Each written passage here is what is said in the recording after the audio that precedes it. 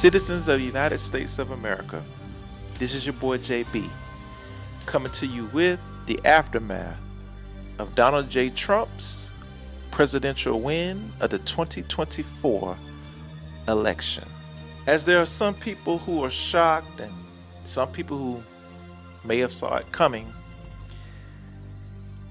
I was not shocked with the outcome of the presidential race of 2024, despite the fact of Trump's public views and his being charged. But what I was shocked about was the way in which he won this election. It was a political drumming. Donald J. Trump won. Not only did he win the presidency of the United States, he won the popular vote.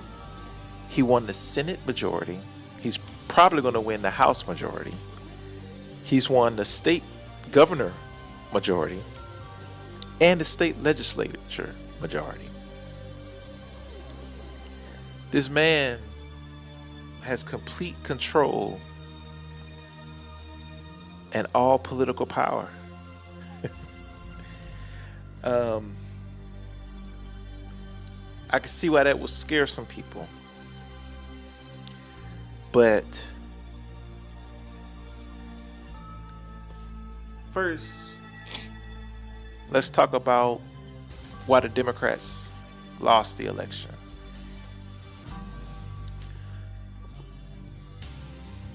President Joe Biden,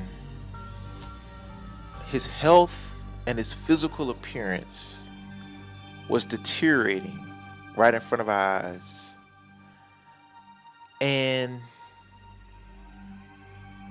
there should have been, at the beginning of this year in January, a call for him to step down, or a call for him to say, I cannot run for re-election.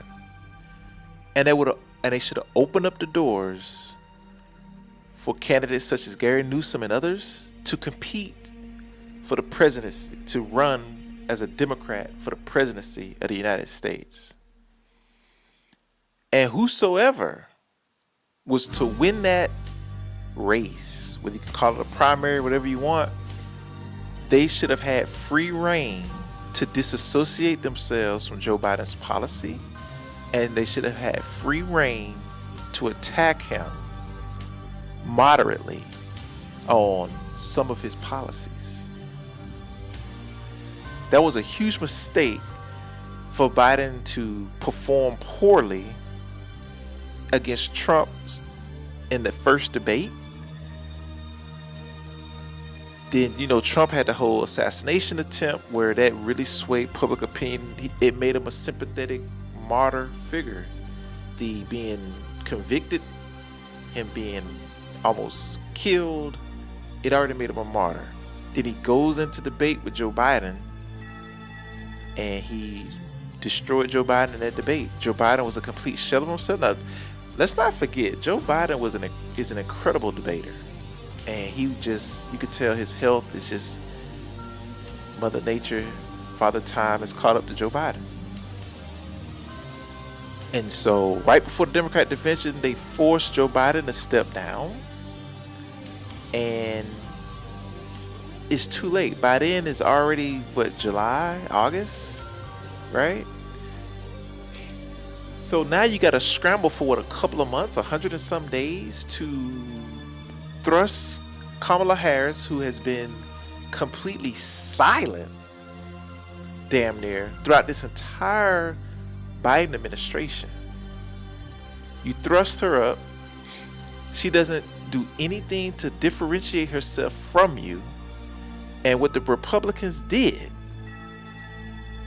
was what Obama did in his first run for president. He says, this is John McCain, who voted everything to align with George Bush. Do you want 4 more years of George Bush? Donald Trump flipped that and said, do you want 4 more years of Biden? With Kamala Harris. And she didn't differentiate herself from that. And I say all this to say, Despite the good things or the proof of which Joe Biden has done well in his presidency, the public opinion of Joe Biden's administration is inflation is what he caused. I'm paying more in groceries and gas in my everyday life because of Joe Biden. He raised my taxes. He caused the inflation. That was one of the most pressing issues in this election, on top of the gender issue that's going on in this country. And Kamala Harris did not separate herself at all from any of that. You got to understand, even though you may think Joe Biden did not cause the inflation, the vote of public opinion says Joe Biden has caused the inflation. So you have to separate yourself from that. You have to spin that against your opponent. And Kamala did not do it. She did not address any major issues that are affecting Americans right now. She didn't talk it straight to the American people. She didn't itemize what she was going to do to lower inflation rates, to lower taxes, or to address all of this gender stuff that's going on in this country. Now let's look at the exit polls, if y'all don't mind. So as I pull up the exit polls, 71% of white people voted, 57% voted for Donald Trump. 13% of black Americans voted for Donald Trump. 46% of Hispanic Latino voted for Donald Trump. 39% Asian voted for Donald Trump. 65% American Indian voted for Donald Trump. And people who classify as other voted for Donald Trump. 59% white men, 52% white women, 20% black men, 7% white black women, 54% Latino men, 37% Latino women, 45% other races, all voted for Donald Trump. And you're asking yourself, Trump said the first thing he's going to do is do a mass deportation of immigrants who are coming in illegal in this country. And you're wondering why Latinos voted for him. It's a very good question. Why would women vote for him with all the things he said about women, and the fact that he's pro-life, and the fact that he's trying to rid abortion clinics? Why did women vote for Donald Trump? Very good question. America is a couple of things. America is still not ready for a woman to lead this country. Still sexist. America is still a sexist country, and it's still a racist country to an extent.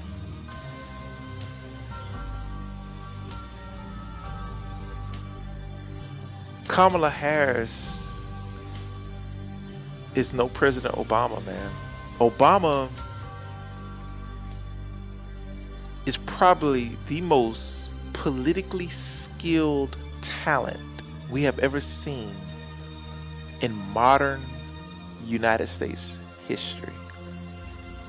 Obama's only come around once in a generation. This is a man, when I was living in a swing state at the time of Colorado, when he became president, led and ran a flawless campaign, maximized and elevated social media and the grassroots movement. The mistake that Kamala Harris and Hillary Clinton made was they did not address the issues directly. They did not address the issues head on. They didn't, I don't feel they worked as hard as Obama did during his campaign. I think they were just going to rely on black vote young vote, professionals, educated. You have to build a coalition. Obama, when he won the presidency, he built a coalition of voters. The young voters, the educated, white women, at least 40% of white men, the black vote, the Hispanic vote, the Asian vote. He won it all. You got to band it together. And Kamala Harris did not band voters together. Kamala Harris, whoever ran her campaign, should be fired and never run a campaign for anybody ever again. 3 major optics that happened that hurt Kamala Harris. Number 1, Megan Thee Stallion twerking at a campaign rally. Number 2, Glorilla at a campaign rally. Number 3, Cardi B at a campaign rally. All 3 of these women represent the most degenerate, low-level sense and nature of the black community. All 3 women. Cardi B up there can't even read off a teleprompter, can't even read off of a cell phone. Glorilla and Megan Thee Stallion are dancing and twerking, and this is for the presidency of the United States. You need class, you need professionalism at these rallies. You could have went and got Smokey Robinson. You brought Beyonce out there, but it was too late. You could have brought Patti LaBelle. Like, you have to bring class, Kamala. You got undecided white voters and Hispanics and Asians looking at this like, what the hell? Palestinians, what the hell am I looking at? That was the dumbest thing that could have happened. And not only did you double down when you did the Megan Thee Stallion, you doubled down after Megan Thee Stallion with Glorilla, and then you went a step further with Cardi B. Kamala, you had the black vote in the bag. I don't know if you noticed or not, but black people vote Democrat since the 60s. 80+% of black people vote Democrat. You went way too over the top. You had our vote. We just want policy. You should have been wooing in the Hispanics, the Asians, some white women, and some white men to vote for you. That was a debacle to have them at your rallies. Kamala Harris is from California. And we know California is a very far left country, state in the United States. And this election with a clean sweep that Donald Trump just won with is letting you know that the country is not ready to go far left. So not only are you dealing with race and gender, you're dealing with philosophy. The country showed you, I mean, there's some states that Democrats should have won. I mean, Trump swept in all the swing states. He flipped Miami, of all places. A lot of people in California voted Republican. So Democratic policies over the years, and it probably started with the Obama administration, have gone, it's not the Clinton administration no more, where you still was kind of, for a Democrat to win an election, you have to be center, slight left. You can't be way out here, man. The country showed you in this election that, nah, we ain't finna go with that far left bullshit. That's what this country showed you.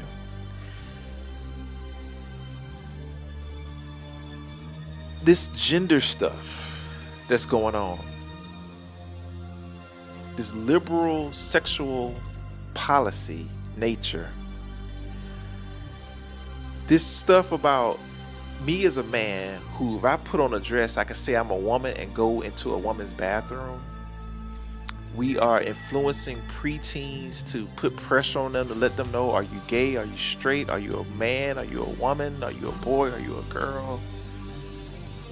This stuff is too much, too soon. And some of it is unnecessary.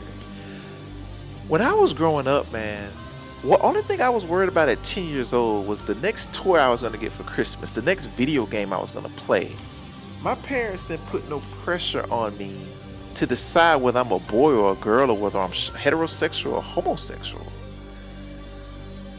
And Americans voted against that. The abortion, that's a dicey subject, whether you're pro-life or you're pro-choice. But the gender identity politics was just too far left for a lot of Americans, man, that was not ready to say, I'm on board with this. It was far too liberal. And you have to be center left. You got to be conservative with some liberal policies. Now, I'm liberal on some social policies, but I'm also conservative on some things as well. And it's all dependent on where you're from, right? It's all dependent on where you're from and how and what environment you grew up in. But pushing those agendas and pushing for sex change in prisons, and it's a lot of that was just too much for a lot of Americans. And all of those reasons are ultimately why Kamala Harris lost this election. She didn't have enough time. She didn't get the green light to separate herself from Joe Biden. Her policies were too far left. She had the wrong people at her rallies, the wrong celebrities at her rallies. She didn't identify and drive home how she was going to address inflation, the economy, and the open border issue. She didn't address those major issues.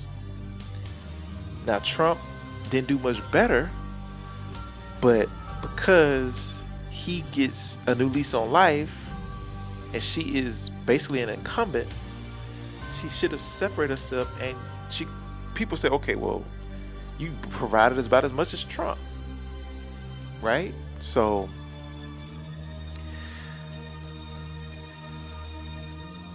the Democrats got to look themselves in the eyes, man, and you guys got to get back to the basics, and you guys have to reevaluate and rebuild that coalition of voters that Obama did in 2008. Because if you don't, you're probably going to see a Republican president for the next 12 to 20 years. Kamala Harris should have understood that Joe Biden selected her to secure the black vote. There's no friends in politics, man. So Kamala should have ignored being the angry black woman and separating herself from Joe Biden to do whatever was necessary to become president. Joe Biden selected you to secure the black vote. You should have separated yourself from the public opinion of him to go after Trump and identify what Americans needed and have solutions. And you would have won the presidency. But to address my fellow black Americans that are freaking out mostly about a Trump America. Well, you survived 4 years of Trump from 2016 to 2020. And my brothers and sisters, you are the most resilient race of people on the planet Earth. You are made of Teflon. You are undeniable. You are indestructible. You are can't F-wittable. You are wonderfully made. You are a marvelous work of God. Black people in America, it's gonna be all right. I laugh because it's more tears of joy of what we've been through and what we survived, and we thrive because of it. You were taken in chains from your homeland. You were dragged across the Atlantic Ocean. You died on home soil. You drowned in the Atlantic Ocean. You made it to the coast of America to be toiled through work, blood, sweat, and tears out in these fields, building this country, being lynched, being burned alive, being eaten by dogs, having your limbs cut off, having your unborn child, pregnant belly split open, to being Jim Crowed, to being discriminated against economically, socially, and politically. And you are still here. Undeniable, indestructible, wonderfully made. Not only are you still here, the culture you generated in this country is mimicked all over the world. So I wouldn't worry about these 4 years of Trump. If anything, it would teach our community self-determination, self-reliance, accountability, and we'll be fine. We'll be fine under this administration of Donald Trump. We do for self. We hold ourselves accountable. We protect our interests. We defend our interests at all costs. And we'll be fine. We've been through worse. I just laid it out for you. We've been through worse. And we gonna be here. We ain't going nowhere. Nobody's gonna exterminate us. Nobody's gonna wipe us off the face of this earth. We survived chemical warfare, spiritual warfare, physical warfare, political, social, economic warfare, and we are still here.